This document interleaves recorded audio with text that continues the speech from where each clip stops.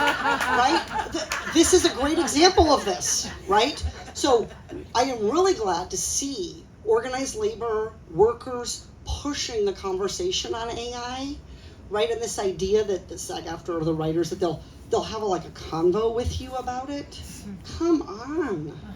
You have hugely, massively developed business plans built around this already, and you know well what the labor effects of those plans are going to be, and you just don't want to engage in real conversation with your employees about it, and that's bad behavior, and the government should be involved. So I think that's one of the answers, is sort of to think about whatever has happened with this promises of democratizing the internet.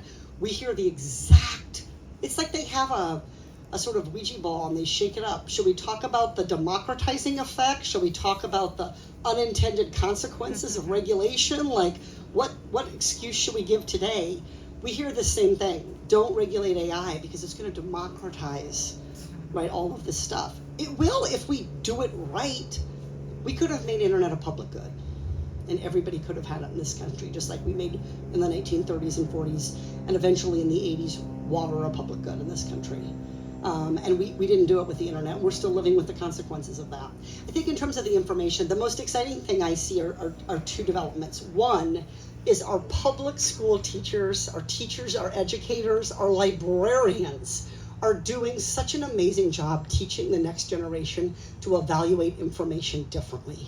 It is tremendous what my kids are able to assess and figure out and do, and my mom is signing up for that, and I'm like, oh God, Mom, right? And so really we're doing, I think, a much better job of not giving enough credit to all of the innovation that's going on about how we teach people to assess information.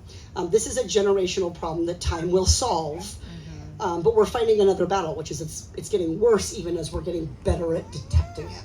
And so I think the other thing that's really exciting is we're finally starting to fund journalism.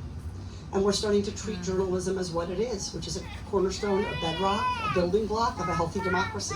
And so we are actually seeing tax dollars and grant programs and philanthropy go into journalism and keeping it alive, keeping it thriving, paying people enough to be able to afford to do it.